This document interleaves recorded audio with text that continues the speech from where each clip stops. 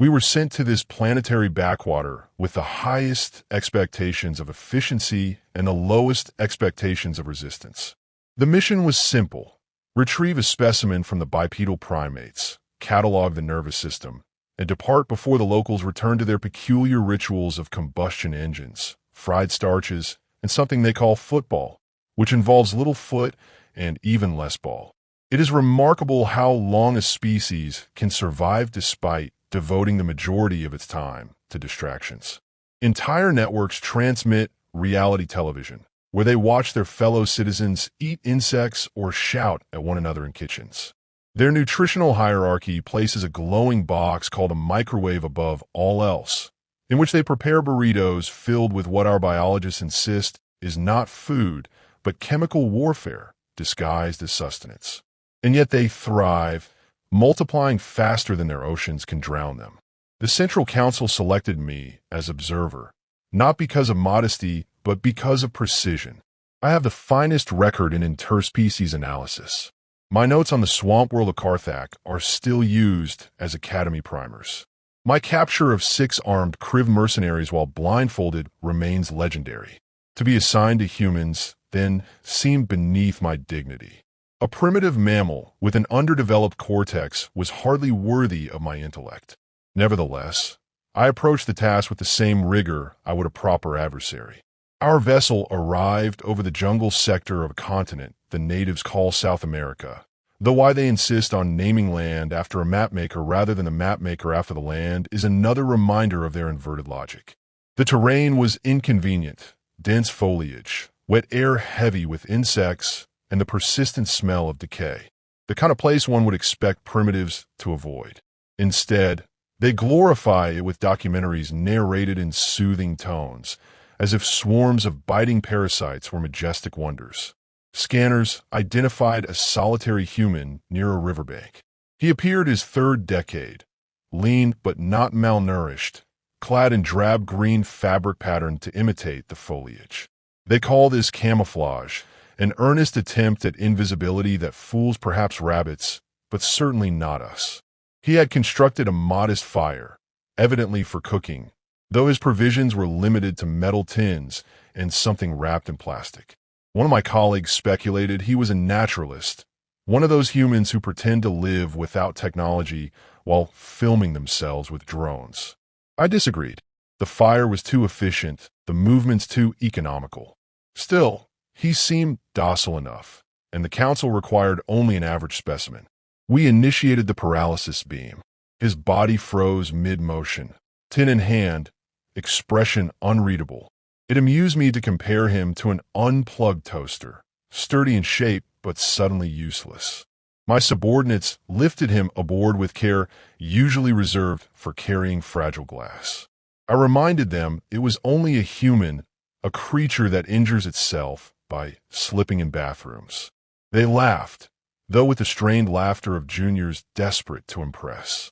In the containment chamber, the human remained immobile, eyes half shut, lips pressed together. I studied him from behind the observation screen. He was unremarkable by every metric: height within mean, weight within range, musculature slightly above average but still primitive. His pulse slowed in stasis, his breath shallow but steady. I dictated into my recorder that subject exhibited standard characteristics of mammalian survival pattern, likely of no greater interest than others collected. My arrogance was well earned. Nothing in his physiology suggested otherwise. Yet there was something curious I failed, in my certainty, to note with sufficient alarm. His eyes did not close entirely. Lids lowered, yes, but the slightest sliver of iris remained visible, glinting under chamber light.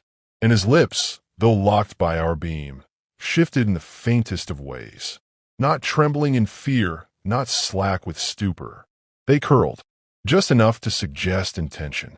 A smile, if one were generous with interpretation. I dismissed it, of course. Perhaps a spasm, perhaps the lingering contraction of facial muscles. My assistants, less disciplined, exchanged nervous glances. I corrected them with a sharp reminder. He is paralyzed. He is harmless. He is, in essence, luggage. They nodded obediently. We began preparations for the cognitive survey. Neural scanners aligned overhead, diagnostic fields calibrated.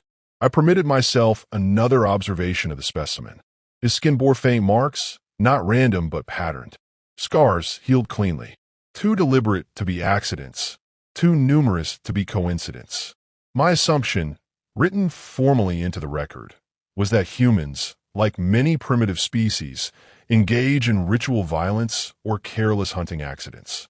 This aligned with their obsession with images of combat sports, their endless wars, and their curious devotion to stories of lone fighters in deserts or jungles, figures they elevate into legends. Entire forums online discuss a man named Chuck Norris, whom they appear to worship for his ability to perform impossible feats without effort. No doubt exaggeration, and yet the specimen had glanced upward at the scanner itself, just as one of my assistants muttered the calibration complete. Paralyzed, yet his attention shifted. How? I logged it as coincidence. We secured him more firmly, though it was unnecessary. The paralysis beam does not fail. The ship's systems do not err. The Council's technology has subdued species capable of tearing moons from orbit.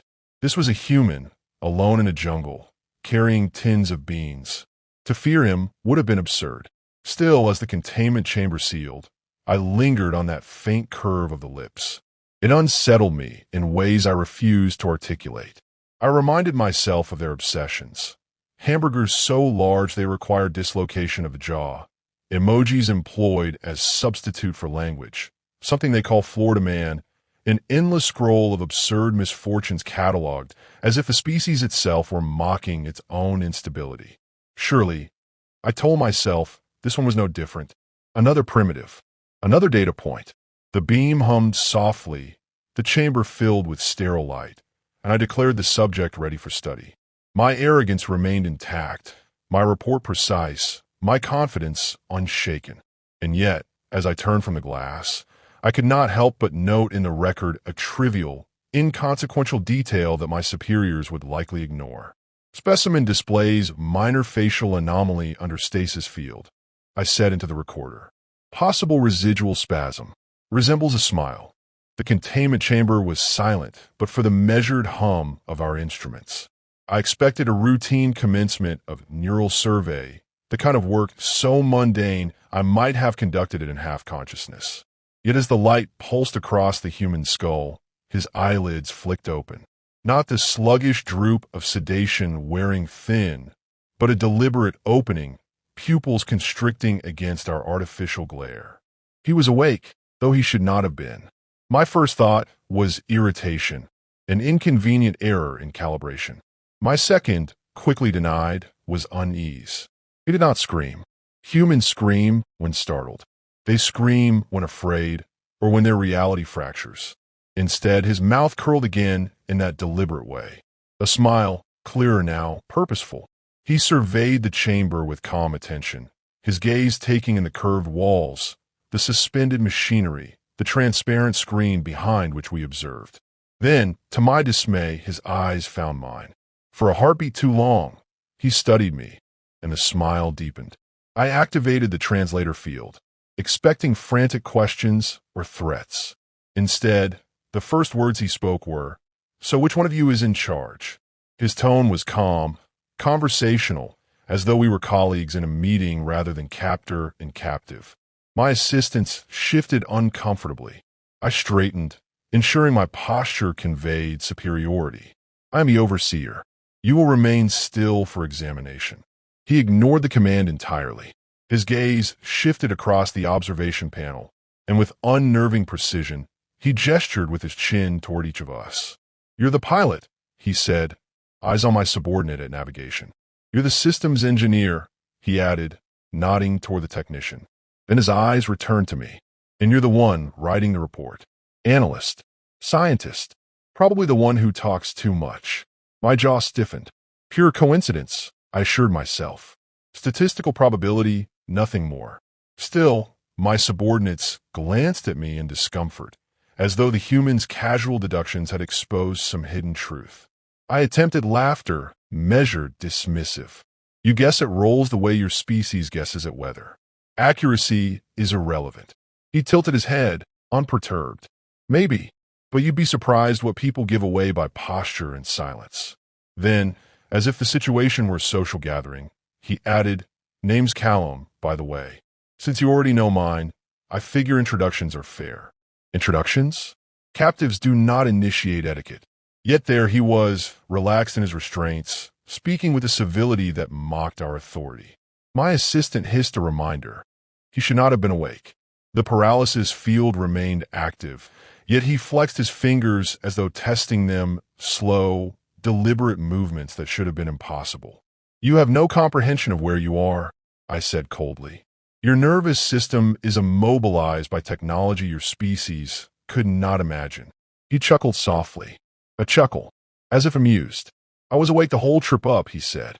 "Nice view through the hull seams. You really should check your shielding.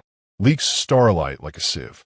I felt my throat tighten, though I spoke with practiced disdain. Fabrications. No human could perceive transit at that velocity. His eyes narrowed, that smile returning. "Sure, let's call it that." The others shifted uneasily. I sensed their doubt, but pressed forward with procedure.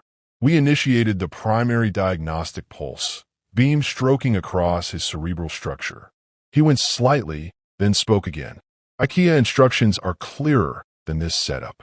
At least those come with a cartoon man telling you which end of the wrench is up." I paused. "IKEA." I repeated, the word foreign, ridiculous. He smirked. "Exactly." Confusion rippled through my team. Sarcasm, an element of human communication we had studied, but never confronted directly, danced through every syllable. I had read about it. Their tendency to say the opposite of meaning, to cloak hostility in humor. Primitive, yes, but destabilizing when applied with precision. I attempted to maintain control. "You will answer our questions directly. Humor will not avail you." Yet even as I spoke, I realized I was no longer dictating the pace. He was calm, deliberate, each remark laced with something I could not quantify. My instruments registered abnormal neural spikes, patterns exceeding expected human parameters. At first I dismissed it as equipment malfunction, but then he tilted his head again, eyes flicking to the cameras embedded discreetly in the chamber corners. "You've got blind spots," he observed. "Two in the ceiling, one behind me. Funny design choice. You'd think with all this tech you'd want full coverage." My hand froze above the console. He should not have known the locations. He should not have even suspected there were blind spots. The chamber was seamless, engineered to perfection, and yet he had looked directly at them, unblinking. "You presume much," I said, though my voice betrayed the first trace of strain. He leaned back, or rather, the illusion of leaning back, for his restraint still held him, and whispered with infuriating composure, "I've been analyzing since I woke up." The words lingered in the chamber like a toxin. My assistants exchanged nervous glances again, waiting for me to dismiss the statement as nonsense. I opened my mouth, prepared to restore confidence. But then he added, almost casually, "By the way, the alloy in your floor plating isn't magnetic, right? Otherwise this trick would be messy, eh?" "What trick?" my technician blurted before I silenced him with a glare. Callum smiled wider, that unnerving calm, unwavering. "Oh, nothing. Just keeping track." I should have reprimanded myself for the chill that ran down my spine. It was absurd. He was a human, restrained, surrounded by technology his species could not comprehend. And yet, as he sat there with the calm of a man at a cafe table, I felt something unsteady forming at the edges of my certainty. He tilted his head once more, as if listening to something only he could hear. Then, with the same maddening composure, he said, "You think I don't know what you're doing, but I've already mapped half the ship in my head, and I think I know how to use it." For a moment, silence consumed us all. Even the hum of machinery seemed to recede. I straightened, forcing authority into my tone. "Impossible." He met my gaze with steady eyes. "Sure, let's call it that too." The section ended there, not with chaos, not with alarms, but with something far worse. A smile. A man in restraints smiling, as though the roles of hunter and prey were quietly shifting. The scans began with the sterile efficiency of routine procedure. Our instruments glowed in measured pulses, beams rippling across the human's cortex, recording synaptic currents and mapping neural structure. I had anticipated what every text predicted: limited electrical activity, bursts of primitive emotional responses, nothing beyond the crude survival algorithms one expects from a species that struggles with its own electricity bills. Yet the readings that materialized were grotesquely abnormal. Spikes shot across the graphs, dense clusters of activity outpacing our calibration. My assistant muttered something about the machinery misfiring, and I was almost relieved to believe it, until the human opened one eye wider and whispered, "Tickles." That single word bent the atmosphere of the chamber. He was not disoriented, not overwhelmed, not confused. He was amused. The data confirmed the impossible. His neural complexity exceeded projected capacity. His mind should have fractured under the pressure of our survey. Instead, it flexed and stabilized, as though accustomed to intrusion. I tried to preserve authority with my voice. The readings are corrupted. He cannot maintain this activity. But the readings were not corrupted. They searched. He tilted his head toward the observation glass and asked, "How many terabytes does that thing store before it overheats?" My crew stiffened. His question demonstrated not only awareness of our apparatus, but also the vocabulary to frame it. His smile spread slowly, the curve both infuriating and chilling. I demanded answers, but he supplied them first. "You got an input relay problem on your starboard conduit. Your power flow isn't balanced, so when the system spikes, it'll trip your stabilizers. You should fix that." My pilot blanched. He had not spoken of that minor imbalance even to me. The human should have had no way of knowing. "You are speculating," I insisted, though my voice wavered. "Am I?" he asked lightly. Then, with that same irritating calm, he added, "You've got 3 cameras in here. One's already overheating. I can hear the fan." My assistants whispered to each other, voices trembling. I silenced them with a glare, though my own composure frayed. His awareness was not speculative. He was cataloging, analyzing, exploiting. We pressed on, though my certainty crumbled with each passing moment. When we requested identification, he gave it freely. Callum, former SAS sniper. Now I test security systems. Companies pay me to break into their facilities and show them how vulnerable they are. I recorded the statement, trying to twist it into insignificance. A mercenary, a soldier of limited scope. Yet my chest tightened at the implications. If his profession was the discovery of weaknesses, then this, our vessel, our technology, our procedures, was his newest assignment. He leaned back within his restraints and smirked.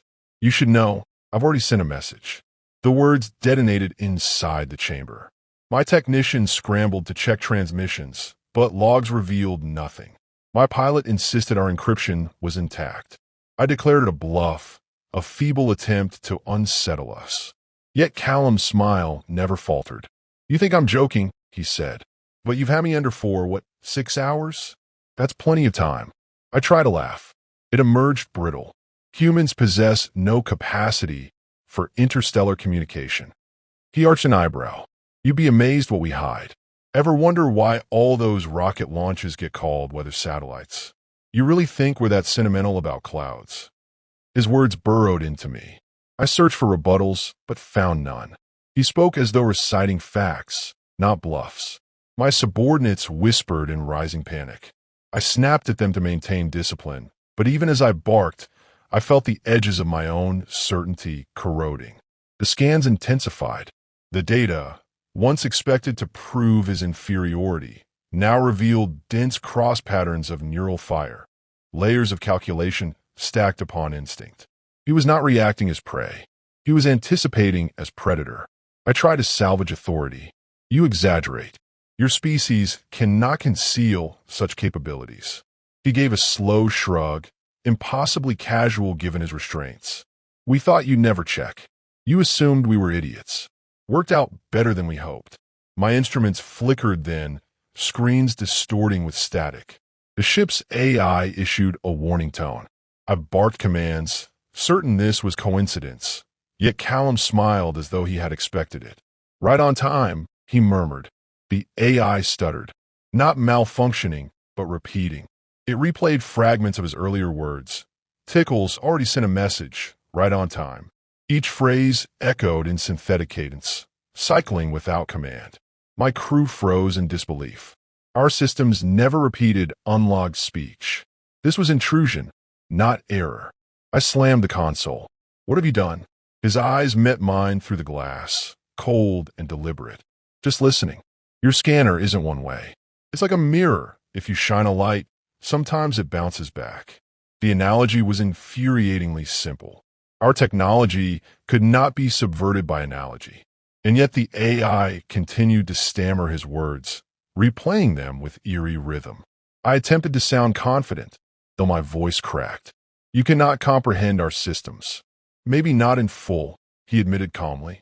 But I don't need to. I just need to understand enough. The chamber chilled despite stable temperature. My subordinates shrank from their consoles, whispering fear. I realized the dynamic had inverted.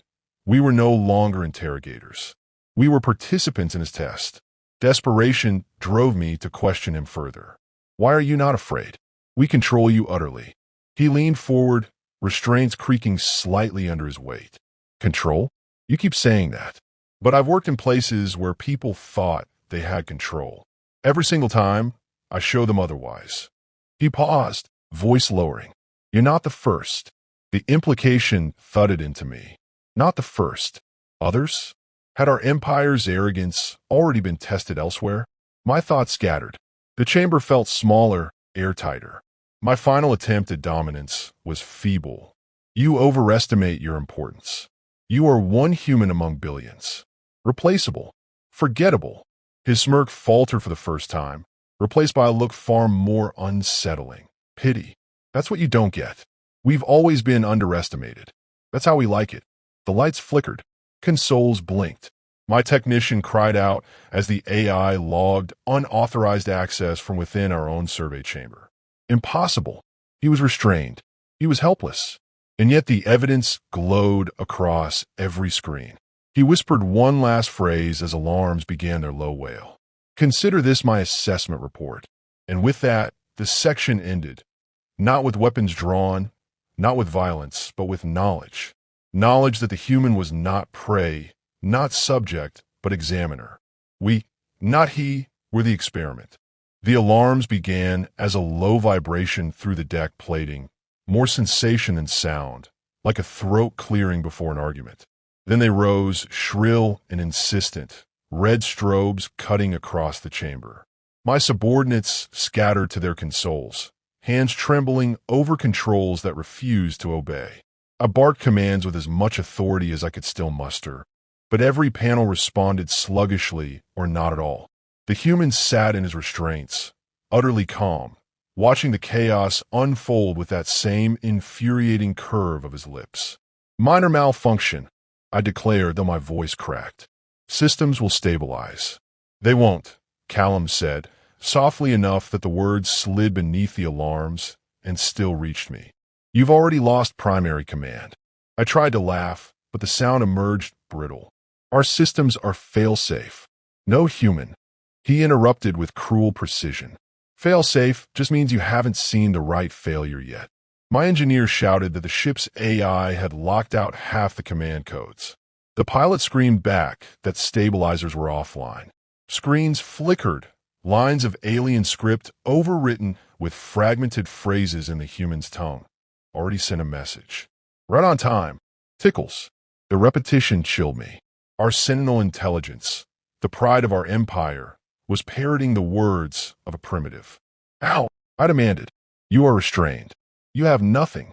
Callum tilted his head, as if studying a puzzle piece he had already solved. You gave me everything. The scan beam. It wasn't just probing, it was transmitting. I mapped your systems off the reflections. Then I asked your AI a few questions. Turns out, it listens better than you do. The chamber rocked as gravity faltered.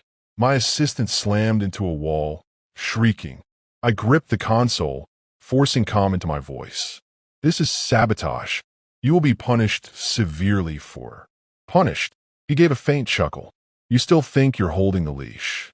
The lights dimmed, then surged again, but unevenly, shadows carving across the walls. For the first time, I understood that the fear I had attributed to my underlings had taken root in me. I felt it coil tight in my chest. What is your purpose? I demanded. Why undermine us? He met my eyes through the glass. Purpose? Survival. You thought Earth was blind, stumbling in the dark. But we've been watching. We've been preparing. You came here thinking we were prey. That's the trick. We wanted you to think that. His words rang with a conviction that made mockery of my denials. Images flooded my memory. The scars across his body, the calm in his voice, the precision with which he noted every flaw in our ship. He was not improvising. He was executing a plan he had considered long before we touched down. You are one man, I said desperately. You cannot represent an entire world. He leaned forward, restraints creaking, shadows slicing across his face. Maybe not, but I'm enough to show you what happens when you underestimate us. And I'm not the only one. The AI spoke again, voice fractured but clear. Earth is closed for business. The phrase repeated, echoing in tones half synthetic, half human. My subordinates stared in horror. I cannot bring myself to look away from the man who had placed those words inside our machine. My technician screamed that the blast doors had sealed, locking us out of navigation. My pilot confirmed propulsion was frozen. The human had reversed our own security grid against us, isolating each compartment, cutting us into pieces of ship that no longer belonged to us. You see, Callum said, his tone maddeningly calm. This isn't a fight. It's a lesson. I gritted my teeth. A lesson in what? He smiled, faint and unshakable. That arrogance blinds more effectively than any weapon. The ship groaned as pressure systems recalibrated under his manipulation. My subordinates begged me for orders, but I had none to give. I realized in that moment of humiliating clarity that the control I had flaunted was illusion. The jungle we thought we had invaded had quietly swallowed us whole, and the human we had mocked was not our subject, but our judge. And then, as if to salt the wound, he produced the strangest object. I had not noticed it before, perhaps smuggled on his person, perhaps conjured from the chaos itself. A roll of gray adhesive strip. He tore a piece with his teeth and smoothed it across a sparking panel at his side. The console flickered, stabilized, obeyed. This one used duct tape? I whispered, horrified. We still don't understand duct tape. Callum smiled at my despair. Doesn't matter if you understand it. Only matters that it works. My crew collapsed into silence. The alarms now background noise against the enormity of what had occurred. We had been outmaneuvered not by superior firepower or advanced species, but by a human who understood the power of perception, improvisation, and calm. He leaned back, expression unreadable now, the smirk fading into something colder. Tell your empire, he said, voice low but steady. Earth is off limits. Whatever you planned, stop. We won't tolerate visitors who come here thinking it's a hunting ground. My throat closed around unspoken retorts. There was nothing left to say. His restraint field, once a symbol of his helplessness, now looked like a precaution for our safety, not his. The ship shuddered again, and then, with finality, systems shut down into silence. Darkness wrapped around us, broken only by the faint glow of his eyes through the glass. My arrogance, my certainty, my practiced disdain, all dissolved in that quiet. I had begun this mission convinced of human weakness, cataloging their absurdities with smug detachment. Reality television, microwave burritos, their bizarre worship of figures like Florida Man. I had considered them primitive jokes. Yet here, in the suffocating dark of our own ship, I understood the truth. We had mistaken camouflage for incompetence. Their absurdities were masks, distractions, noise. Beneath them lurked a species capable of patience, cunning, and terrifying unpredictability. They were not prey. They were predators wearing clownish paint. I forced myself to dictate the last entry into my recorder, though my hand shook. We looked into the jungle and saw simple creatures. Instead, the jungle looked back, and it smiled. The words hung in the silence, both confession and epitaph.